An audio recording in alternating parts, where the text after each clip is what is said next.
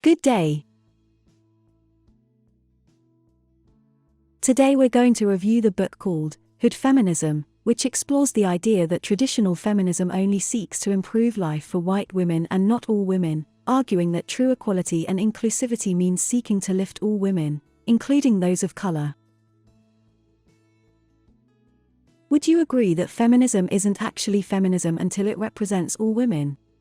Many people involved in women's rights fail to see that marginalized women need access to basic healthcare or food, more than birth control or organic foods.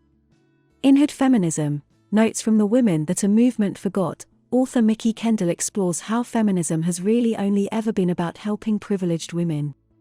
It's about time that we open a chapter on a new kind of feminism that helps the most disadvantaged members of society who need the most help. Kendall gives a new voice to the women that feminism has long forgotten about. She says that we need to broaden the horizon of feminist causes to include everything from alleviating poverty to ensuring every woman's right to vote. After all, it isn't really true feminism unless it stands for all women. Here are just 3 of the many useful and eye-opening lessons I got from this book. There are many issues that feminists and progressives fail to understand. White feminists can depend on law enforcement, while women of color cannot always count on them.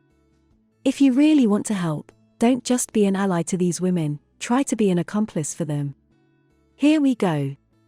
Lesson 1. Mainstream feminists and progressives often overlook the disadvantaged when fighting for policies. Kendall learned a lot about feminism from her grandmother, who didn't consider herself a feminist. Why? Because as a woman of color, she felt that feminism really was only looking out for white women. For example, it was her grandmother who worked to care for the children and homes of the feminists who joined the workforce. Domestic work like she did was poorly paid and rarely acknowledged by feminists. Some of the main issues of feminism completely forget black women, such as Kendall's grandmother. For example, birth control was a top priority for feminists while women of color struggled to even have access to good education or basic healthcare. Who was fighting for them? Kendall believes that the problem lies in the fact that most feminists just don't understand what it's like to be disadvantaged. There are 42 million Americans who suffer hunger on a regular basis, and of those, 70% are women and children. Experiencing hunger and poverty affects you for life, yet feminists tend to overlook this suffering almost entirely. When it comes to housing, women of color often lose out to white women also. This is because white women are less able to compete with white men in the housing market, so they are forced to move to less desirable areas, which contributes to their gentrification. This process displaces people of color, showing that what's good for white women isn't necessarily good for women of color. The wealth gap puts women at a much higher risk of eviction or homelessness. This affects their entire family. But yet, feminism seems to gloss over this whole issue. These women aren't worried about shopping for organic food, they are worried about feeding their family. These women deserve much more support from the feminists who are supposedly there to support women. Lesson 2. White women are reassured by the criminal justice system, while people of color can't count on it.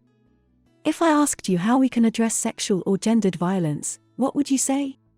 White women usually would count on law enforcement to address these issues. They would assume that the perpetrator would be taken away by police and be punished, while the victim receives justice. This is known as carceral feminism. Does it work this smoothly? The reality for many people is that involving law enforcement can actually make matters worse. This is especially true for minority women. Even in the best-case scenario where the perpetrator is actually locked up, often a woman is left with no income.